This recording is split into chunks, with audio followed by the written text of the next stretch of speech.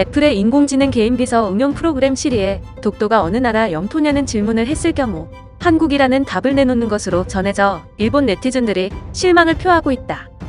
최근 한 일본 네티즌은 트위터에 아이폰의 시리에 일본어로 독도는 어느 나라라고 물으면 대한민국이라는 답을 내놓는다. 반면 센카쿠 열도에 대해 물으면 일본과 중국이라고 답한다면서 일본 정부가 애플에 항의해야 한다고 밝혔다. 공개된 사진에서는 독도는 어느 나라 땅이라는 질문에 대한민국이라는 답이 달린 결과와 센카쿠 열도는 어느 나라 땅이라는 질문에 일본과 중국이라는 답이 달린 결과의 캡처본이 공개됐다. 이에 일본 네티즌들은 불량품 판매는 법령으로 금지해야 한다. 독도는 분명 일본의 고유 영토다. 애플은 즉시 정정하라. 구글에서도 똑같은 반응이 나온 것 같은데? 이건 말도 안 돼. 이거 큰 문제다 등의 반응을 보이며 실망감을 표했다.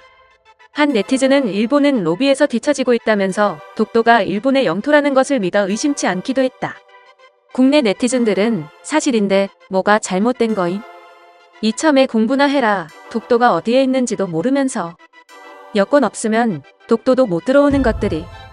불매하던지 크크크 등의 반응을 보이고 있다. 지난달 14일부터 애플 지도서는 독도의 이름이 사라져 검색이 되지 않으며 좌표로만 검색이 가능한 상태다. 독도의 이름으로 검색하더라도 결과에는 좌표로만 표기가 된다. 다만 구글맵과는 달리 애플맵의 경우 오픈맵 시스템이라 유저들이 마음대로 명칭을 바꿀 수 있다. 때문에 이전에도 반달리즘 행위로 인해 다케시마 등의 명칭이 사용됐다가 수정되는 일이 있었다. 한편 해양경찰교육원에 교육 중인 신임 경찰 학생 100여 명이 6일 독도 해상에서 해양영토 수호 현장 실습을 했다.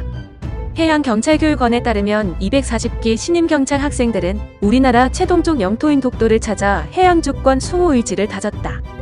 이들은 4,200톤급 실습함 3011함을 타고 4일 여수에서 출항했으며 함상에서 항해장비 운영과 해상 사격 등 현장 적응 훈련을 소화했다.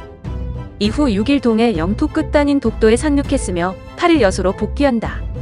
신임 경찰 학생들은 우리가 아끼고 지켜야 할 독도에 직접 발을 딛고 국토 수호 의지의 상징인 망향대에 올라 직접 독도를 느껴보고 느낀 점을 현장에서 작성하는 시간을 갖는 등 해양 수호의 중요성을 직접 체험했다.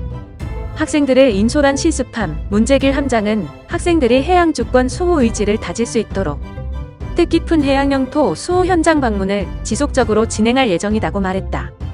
한편 이들의 독도 입도는 코로나19 감염 예방을 위해 민간 여객선 도착 시간과 겹치지 않는 오전 시간대를 선택해 외부인과의 접촉을 최소화했으며 소독 등 방역 조치 후 진행됐다.